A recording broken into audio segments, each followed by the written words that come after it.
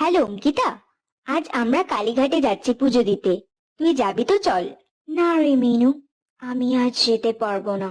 আমার শরীরটা ভালো নেই। শরীর ভালো নেই? কেন রে, কি হলো আবার? আরে, প্রতি মাসে আমাদের মেয়েদের যেটা হয়, শরীর খারাপ।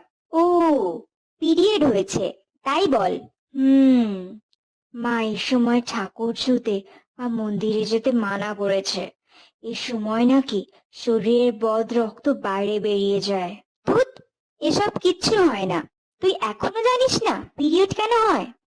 জননক্ষম মেয়েদের শরীরে সৃষ্ট ডিম্বাণু প্রতি 28 দিন অন্তর অন্তর বেরিয়ে যায়, আর তার সাথে বেরোয় 40 ml মতো রক্ত আর কিছু মিউকাস।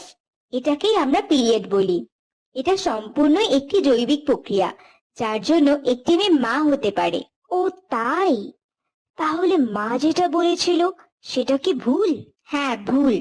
উনি তো একটু পুরোনো দিনের মানুষ, উনি তো ভুল জানতেই পারেন।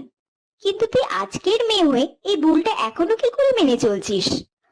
ফোনের নেট শুধু শাহরুখের মুভি দেখতেই ব্যবহার করলে হবে? এসব প্রয়োজনীয় তথ্যও তো জানতে হবে।